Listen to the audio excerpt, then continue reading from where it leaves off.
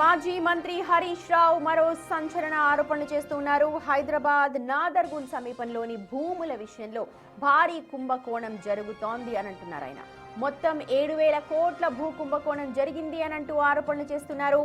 నాదర్గుల్లోని survey number 613లో ఉన్న 373 ఎకరాల భూమిలో ఈ స్కామ్ జరిగింది అనేది ఆయన చేస్తోన్న తాజా ఆరోపణ.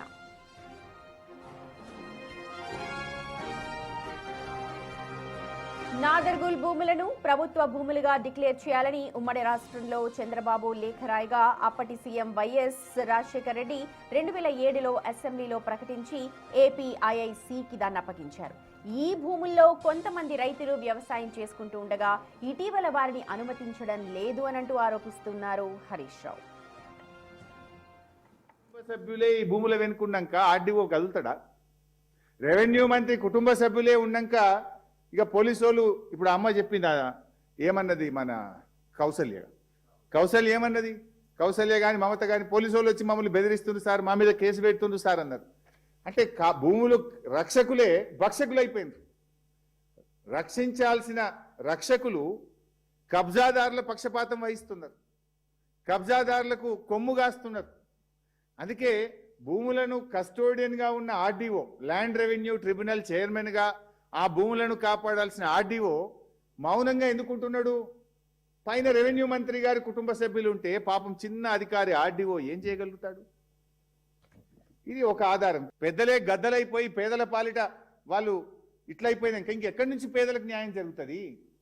మరి ముఖ్యమంత్రి గారు డైలాగులు కొట్టినావు కదా, ఎవరిని వదిలిపెట్టా, నా మంత్రి అయినా వదిలా, నా తమ్ముడినైనా వదిలా అన్నావు కదా, దీని మీద ఎందుకు స్పందించవు?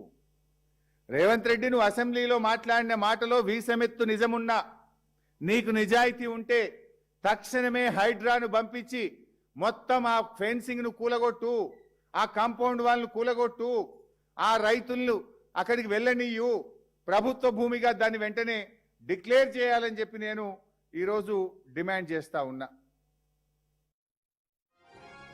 373 ఎకరాల్లో 17 ఎకరాల లచ్చమ్మకుంట, 6 ఎకరాల బఫర్ జోన్ ఉంది అంటున్నారు హరీష్ రావు.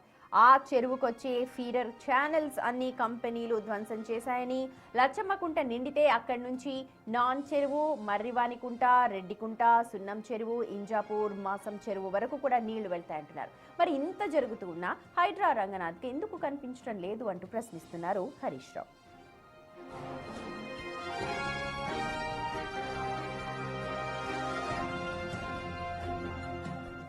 అయితే హరీష్ రావు చేసిన ఆరోపణలతో ప్రస్తుతం హైడ్రా చీఫ్ రంగనాథ్ ఆ భూములను ఇవాళ పరిశీలించబోతూ ఉన్నారు. దీనిపై తర్వాత ఏం జరుగుతుందన్నది మాత్రం ఇంట్రెస్టింగ్ గా మారుతోంది.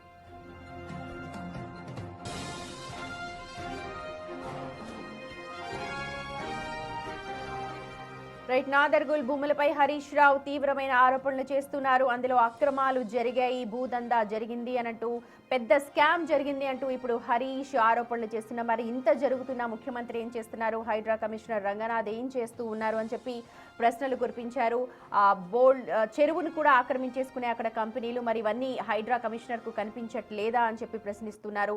హరీష్ రావు ఏవైతే అంశాలను లేవనెత్తారో దానిపైన హైడ్రా కమిషనర్ ఇవాళ ఆ నాదర్గుల్ భూములను పరిశీలించబోతూ ఉన్నారు. మరి కాసేపట్లోనే రంగనాథ్ ఆ ప్రాంతాన్ని పరిశీలించబోతున్నారు. ఇప్పటికే అక్కడికి అధికారులు కూడా చేరుకున్నట్టుగా మనకు సమాచారం అయితే అందుతోంది.